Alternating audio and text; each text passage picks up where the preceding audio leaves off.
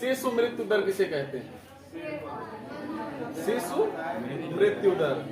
जैसे जनगणना में जब ये कहा जाता है कि महिला और पुरुष की जनसंख्या, क्या कहा जाता है? प्रत्येक 1000 पर महिलाओं की संख्या 1098 है केरल में। प्रत्येक 1000 मतलब पूरी जनसंख्या जोड़ के नहीं कहा जाता, हर पूरा गिन लिया जाता है, फिर हर 1000 पे भाग देके कर दिया जाता है। यानी जितने 1000 पुरुष हैं उनसे 98 जो है क्या है, महिला ज्यादा है। ये नहीं कहा जाता कि यहाँ पे 70 लाख जनसंख्या है जिसमें से 36 लाख पुरुष है या 34 लाख महिला है। औसत निकाला जाता है 100 में, और इसको क्या 1000 में जनसंख्या का। तो ऐसे शिशु मृत्यु दर किसे कहते हैं? तो शिशु मृत्यु दर का मतलब होता है एक साल में जितने सारे बच्चे पैदा होते हैं उनमें से एक साल के अंदर जितने मर जाते हैं वही की दर को क्या कहते हैं? शिशु मृत्यु दर। यानी एक वर्ष के अंदर पैदा होने वाले 1000 बच्चों में से जितने बच्चे एक साल में मर जाएं उसे क्या कहेंगे? शिशु मृत्यु दर। जैसे एक साल पढ़ने वाले सभी बच्चे 1 साल तक पढ़ने के बाद एग्जाम देने जितने फेल हो जाए क्या होगा? उतने फेल हुए।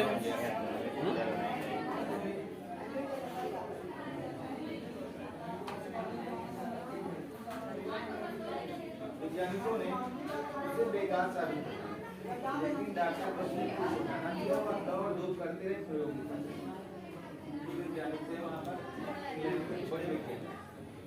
विकास चैप्टर में जो सबसे महत्वपूर्ण है कि केरल में शिशु मृत्यु दर कम क्यों है?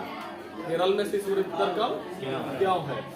और अगर ये पूछेगा कि भारत के किस राज्य में शिशु मृत्यु दर सबसे कम है, तो केरल। तो केरल में शिशु मृत्यु दर कम क्यों है? देखिए, कम का मतलब कि वहाँ पे छोटे बच्चे क्यों कम मरते हैं? तो जो पढ़ा लिखा होगा, जो जागरूक होगा, शिक्षित होगा, स्वास्थ्य के प्रति ज्यादा ध्यान रखेगा, और जो स्वास्थ्य के प्रति ज्यादा ध्यान रखेगा उसका स्वास्थ्य बढ़िया रहेगा तो मरेगा नहीं। लेकिन कुछ जगह पे गांव में क्या होता है, सबके पास उतना भोजन नहीं है सही से खिला सके। तो कुछ लोग हैं, छोटा बच्चा है, सालों भर नहीं हुआ रहता, कटोरी दे देंगे, चम्मच, दाल भात सान के लिए दाल भात का। और लड़का सुबह भूख लगी दाल भात, दोपहर भूख लगी दाल भात, शाम को भूख लगी, मतलब जब भूख लग रही है दाल भात। बहुत जगह ऐसे होता है। और कुछ उनके पास है ही नहीं, बेचारे क्या करें? तो दाल भात खाते रहो, पेट हो जाएगा बड़ा सा, हाथ पैर एकदम पतला दुबला, कुपोषण के शिकार हो जाएंगे। भाई उसको दूध चाहिए, अंडा चाहिए, बहुत सारी चीज चाहिए ना, वही दाल भात खिला रहे हो तो क्या होगा? गलत प्रभाव तो पड़ेगा। और केरल में यही नहीं है, इसलिए शिशु मृत्यु दर कम है। यानी केरल में शिशु मृत्यु दर कम इसलिए है क्योंकि वहाँ के लोग पढ़े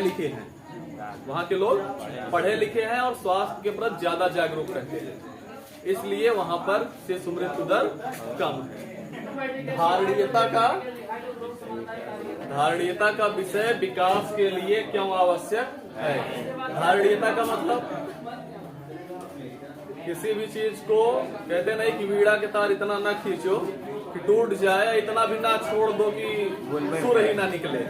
वैसे ही हमारा सबसे इम्पोर्टेंट क्या है? हमें विकास करना है, लेकिन पहले तो जानो विकास कर रहे हो विनाश कर रहे हो। जैसे किसी के पास 1 बीघा खेत है ना, बेचारा मजदूरी करके खाता पीता है कि आने वाले हमारे बच्चों को दिक्कत ना हो, बेचारे कहाँ जाएंगे? इसीलिए मजदूरी करता नहीं, 1 बीघा खेत बेच दे, 10-20 लाख पाएगा, आराम से खाएगा, खा के जीवन बिता के मर जाएगा।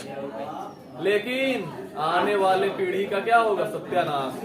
तो अब शास्त्र की दृष्टि से अगर देखें तो धारणीयता का विषय विकास के लिए आवश्यक है, और देश का क्या हो? विकास हो।